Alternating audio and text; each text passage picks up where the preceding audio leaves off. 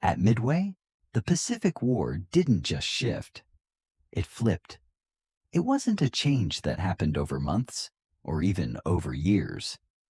To understand the scale of this collapse, we must look at the clock. In a short, chaotic window of minutes, the strategic balance of the entire Pacific theater changed direction forever. Before this moment, the Imperial Japanese Navy was considered invincible. Since their attack on Pearl Harbor, they had swept through Southeast Asia and the Central Pacific like an unstoppable tidal wave. Their air crews were the best in the world, their ships were modern, and their morale was at an all-time high.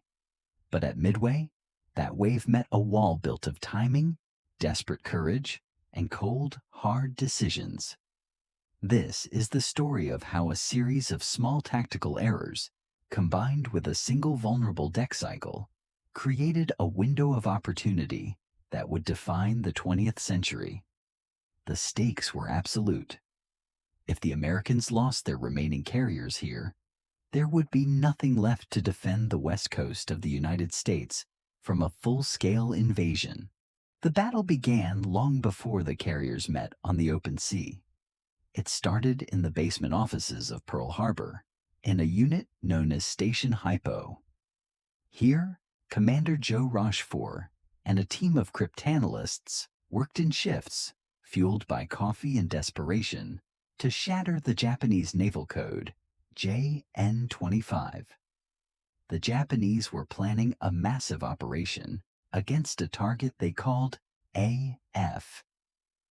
Rochefort suspected AF was Midway, but the high command in Washington was skeptical. To prove his theory, Rochefort orchestrated a brilliant and simple trap. He had the Midway garrison send an unencrypted emergency message claiming their water desalination system had failed. 2 days later, American intelligence intercepted a Japanese report that read, "AF is short on fresh water." The intelligence was confirmed. For the first time in naval history, an outgunned and outnumbered Navy knew exactly where, when, and with what force their enemy would strike. The element of surprise, Japan's greatest weapon, had been stolen. Admiral Isoroku Yamamoto's plan was a masterpiece of complexity. He divided his massive force into several groups, hoping to lure the American carriers into a trap while his fleet invaded Midway. He believed the Americans would be demoralized and disorganized, but Yamamoto's plan required perfect synchronization. He relied on 4 fleet carriers, the Akagi, Kaga, Soryu, and Hiryu, to provide a protective umbrella over the invasion force.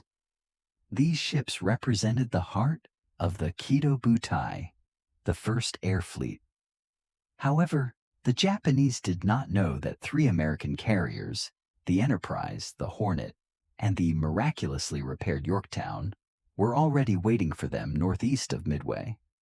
The hunters had unknowingly become the prey.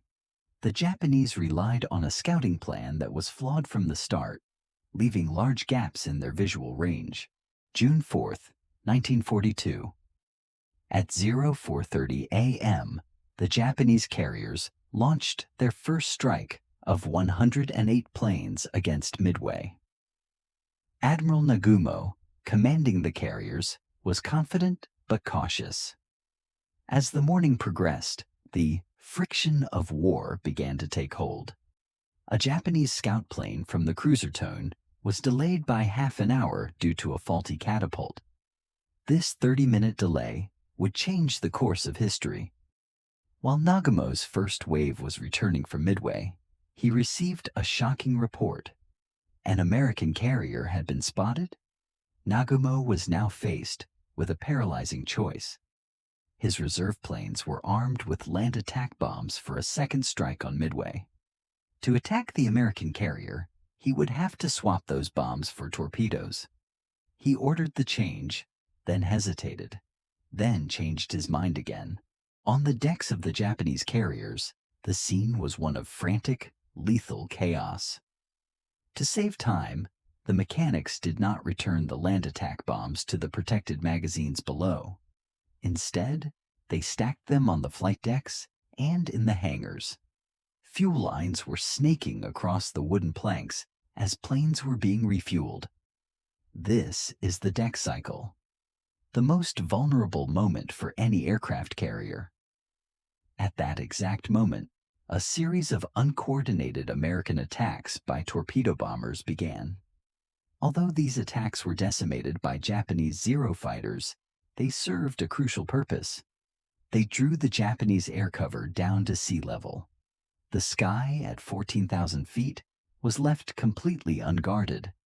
The Japanese were so focused on the threat at the water's surface that they never looked up. At 10:22 a.m., American dive bomber squadrons, led by Wade McCluskey and Max Leslie, emerged from the clouds. Below them, the three Japanese carriers, Akagi, Kaga, and Soryu, lay exposed like massive target boards. The timing was accidental, but perfect. Within 5 minutes, the pride of the Imperial Japanese Navy was transformed into a landscape of fire. Because of the exposed munitions on the decks, a single bomb hit triggered massive chain reactions. The explosions were so violent, they blew the elevators out of the ships and melted the steel bulkheads. Japan didn't just lose ships that day.